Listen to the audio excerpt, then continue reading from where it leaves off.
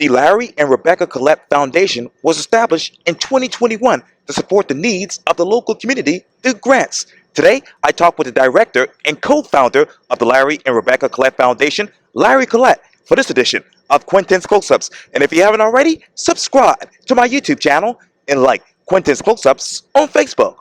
Larry Collett, welcome back to Quintin's Close-Ups. Thanks for having me, Quintin. It's always great to see you. I know that obviously you are a Christian, a father, an investor, a developer, a leader, a philanthropist, and an entrepreneur. Which one of these really tells who Larry Collett is these days? I would say Christian. Christian's always first. But, I'm at a place in my life where I want to do a lot more good in our community. This community has been so good to us. And so it's now time to give back to our community. And that's where I'm at right now. I'm going to get to that in just a second. But what are you investing and developing in these days here in the Low Country?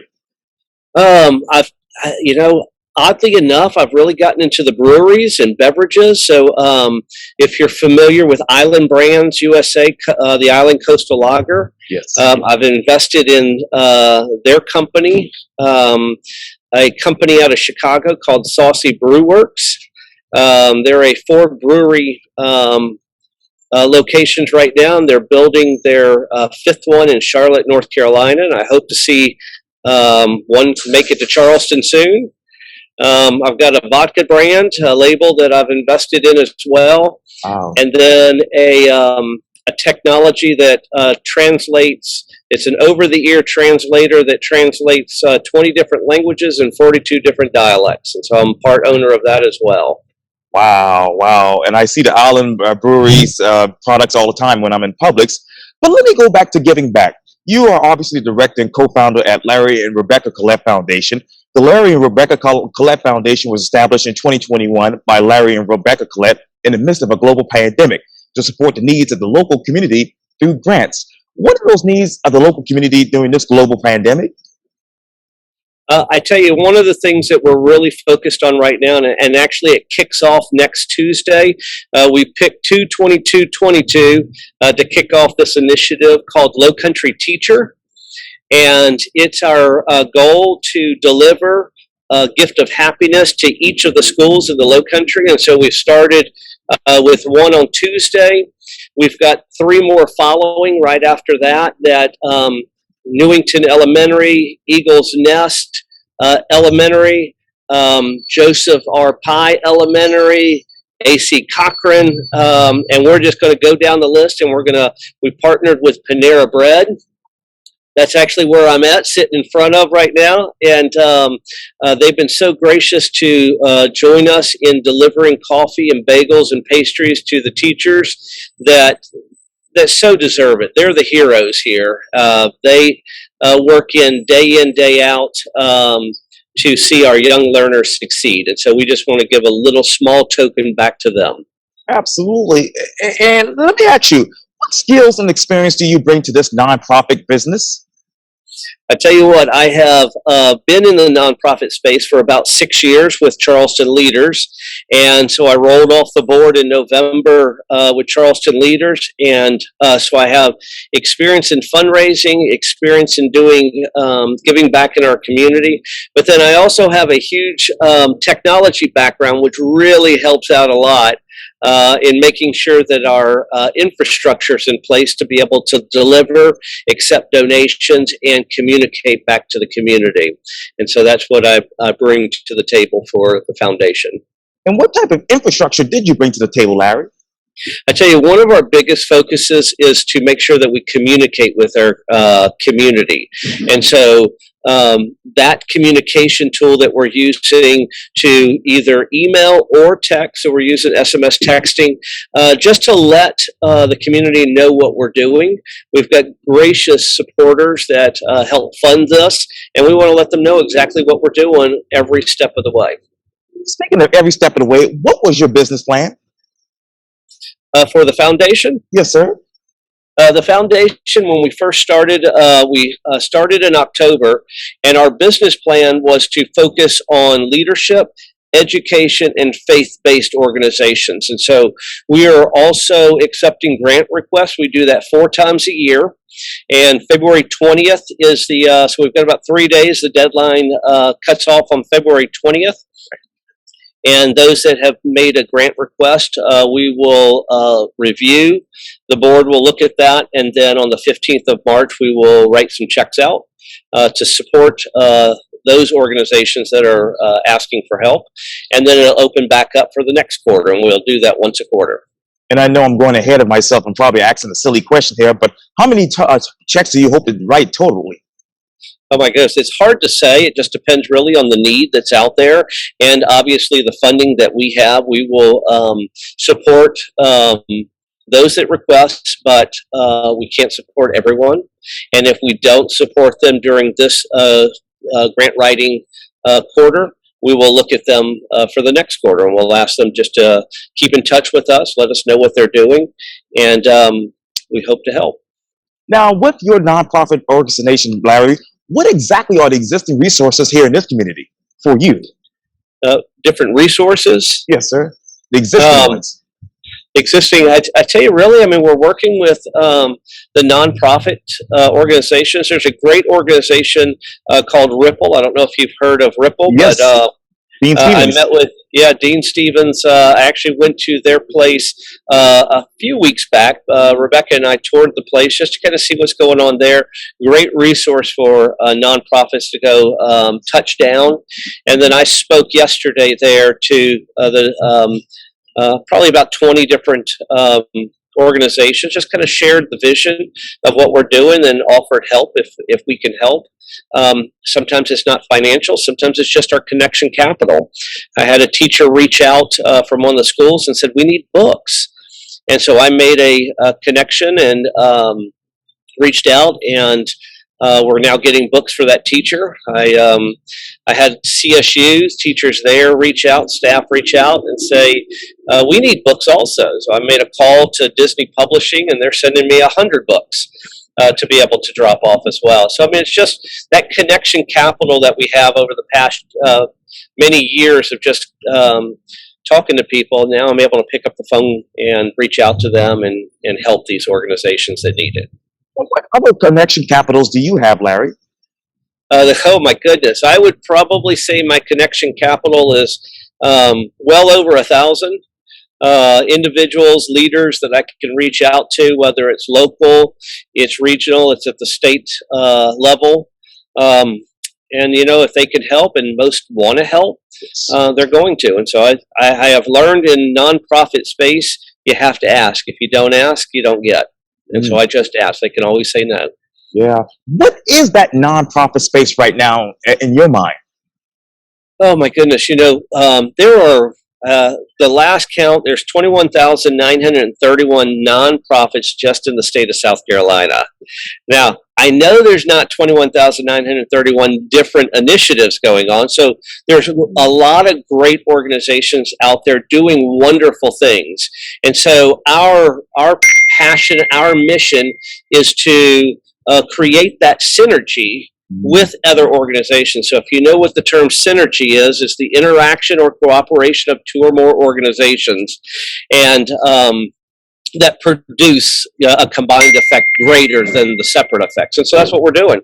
We're reaching out, we're helping those organizations, not reinventing the wheel. We're going to support those that are already doing good in our community. Then who is your audience? Nonprofits, you know, that's really our space. We want to support them. So if they are a 501c3 organization, that is our audience. On the support side, giving side, Right. Our audience is our community on the fundraising and giving side, those supporting the foundation and the work that we do. And so it's really kind of both sides of it. Okay. How have you determined feasibility? I'm sorry, you broke up on that. How? Yeah. How have you determined feasibility? You know, it's really the need. So we look at the need that's in our community, and you know, it's got to align with leadership, education, and faith. and we're going to ride that very fine line and support those organizations that support our mission. As a matter of fact, you said this quote, "We are a nonprofit creating leadership, education, and faith-based synergy around the world." Where is the synergy around the world for the leadership and education under that nonprofit umbrella? Uh, our vision is around the world, but we know that we have to start in our own backyard, in our own community.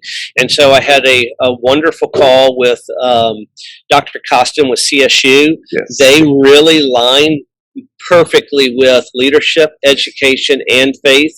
And we told Dr. Costin and Mr. Baggs that we want to support. We're going to support. They've got a great organization, with what they're doing with these young leaders, and they've got a scholarship program that we want to help with. So we are going to support them. There are other organizations here that have shared their mission with us that's doing really good, and we just want to be able to help them any way that we can. Now, going back to what you said about synergy, which is obviously now the interaction or cooperation of two or more organizations, substance, or other agents to produce a combined effort greater than the sum of obviously separate effects. What local organizations are you interacting or cooperating with to produce a combined effort here in the Low Country? As I mentioned, CSU is one of them. Emily Carr with Charleston Hope has a wonderful organization. They're doing great things. They need support from our community. So we want to be able to support them. Katie Blomquist with Going Places is doing great things. We can help them. Sometimes when you get our organization, their organization together, it is greater than us doing individually. And so just by bringing us together and bringing other leaders in the community together to kind of help with these organizations, obviously is a greater sum than their separate effects. And you said the private sector or business is good at developing products and services, while the public sector or local government is good at delivering solutions to all people who need them. This might be a redundant question, Larry, but what private sector is good at developing products and services locally that matches your organization? I tell you, we're still finding them, but there are some great private companies that are doing great things. If you look at Anita Zucker's organization, doing wonderful things, in their space. I talked to a gentleman yesterday that is in the technology space and doing great things there as well. If you talk to any nonprofit organization, they need help. They may have volunteers. So I talked with Rev Federal Credit Union, and they have their CEO, Jason Lee, shared that they have a goal to 10,000 hours of volunteer from their staff. So that alone is a great resource to be able to tap into, and those employees can help in various different organizations. Same thing with Blackbaud. Talked with Blackbaud a couple of days ago, and same exact thing. They've got employees that just want to get involved. Absolutely. What local government do you need to help, obviously, deliver your solutions to the people of the Low Country? I tell you what, if you look at just your local city municipality, so the city of Charleston, North Charleston, Somerville, Mount Pleasant, if you've had, and I know you have had the great opportunity to talk with our mayors here, and our mayors want to do good in our community. They want to be able to support not only private sector, but also nonprofit as well. And so they've got great resources as well that we can work with. The city of North Charleston has great space and downtown, our parks and our public places that we're able to do fundraising events at. So, I mean, they really are a great resource to tap into as well. And you also said this too, for the most part, private and public sectors acting either separately or together meet the needs of the community. And this might be another redundant question, but which one of those private or public sectors that work together that you have identified that meet the needs, that is, of your organization? Well, as we all know, and it's not an unknown fact, the government can move a little bit slower. then business wants to move. So I have found that working with private sector, I can get things done very quickly, whether it's a need in our community or it's a need of a nonprofit. Working with private sector, I can get things moving. But when you look at local government, government can change. There's bills that can be passed. There's policies that can be put into place that can really help nonprofits. I sit on the board for my sister's house, and their focus is domestic violence, and we've got a lot of conversation in the State House right now just on domestic violence and how we can bring that cost down. The Post and Courier just reported on that story a couple of days ago, and it's expensive. And we need government to help with that. And so those are some of the things from private and government that can work together. Now, what policies would help shape your organization and other nonprofit organizations right now from a state level? As you talk with any nonprofit, funding is critical. It was very challenging, especially in this pandemic. And while we feel like we're in a good place, maybe emerging out of this pandemic, there are many nonprofits that are still challenged from a funding standpoint. And making it easier to get funding for nonprofits, the governments can help with that at the state level. We've got a great organization, Together SC, that is really lobbying and helping support that. So they're working with local government on that. And so it's just a matter of making sure that our voice is heard and that there is a need in our community, and we want to be able to make sure that government hears that need. Are your voices being heard? I think it is, Quintin. I think there's enough voice in our community that change is happening. You look at where we were 10 years ago, very challenging for a nonprofit to get the funding that we need, but this pandemic really helped make it easier to get that funding, government funding and federal funding that nonprofits need. We lost a lot of great nonprofits because of this pandemic. They couldn't sustain, and they had to close their doors. And I'm very hopeful that we don't have to encounter that again. I think government realizes that, and so they're there to support as well, we hope. And this might be a silly question here, but what is the ideal funding right now for an average nonprofit in South Carolina? I think it depends on their need. If you get into a Habitat for Humanity that's building houses, that cost is probably going to be a lot higher than building bikes for a single school. There's not diminishing either one of those because funding not only supports the mission, but also there's administrative staff and or administrative cost and staff to make sure that they're taken care of as well. So it really, to answer your question, depends on the organization. And going back to the private and public sectors, you said this too, but there are gaps, spaces where some people or organizations don't get what they need. What are those gaps in the organizational or people spaces right now? It's really, I think it's mission. It's you're going to find, especially in corporate, larger private sector corporations, they align themselves with a particular sector or industry. So it may just be homelessness, or it may be domestic violence, and that's where they focus on. So a lot of the other nonprofits may not be able to get the funding from that particular private sector company. So there are those gaps that maybe there's a nonprofit that is trying to do really great things but don't fit into any one of these sectors, that when they apply for a grant, they're not getting it. And so those are the gaps that we might be able to fill. Where does your foundation, obviously Larry, fit among the other institutions that are trying to improve the state and the world?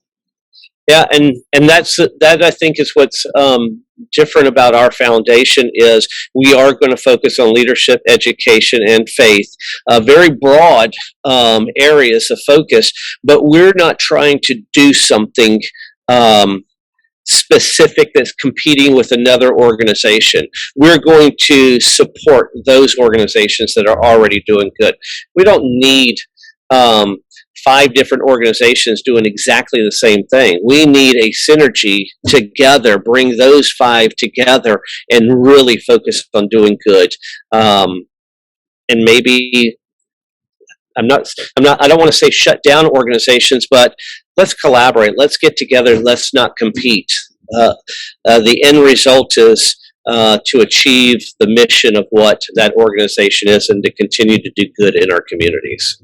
And you said to bring about the kind of changes that will help people in organizations, we seek to understand the need. When did you understand that need? Oh, I guess it's probably been the last 5 to 6 years. So, in really talking to nonprofits, and even when I had my tech company, I'd have nonprofits, approaching me asking for that support. So the need has always been there. It's not changed. It's not diminished in any way. It's probably even more now because there's a lot of people that really have great hearts and really want to do good in our community. And so I have probably always seen that need.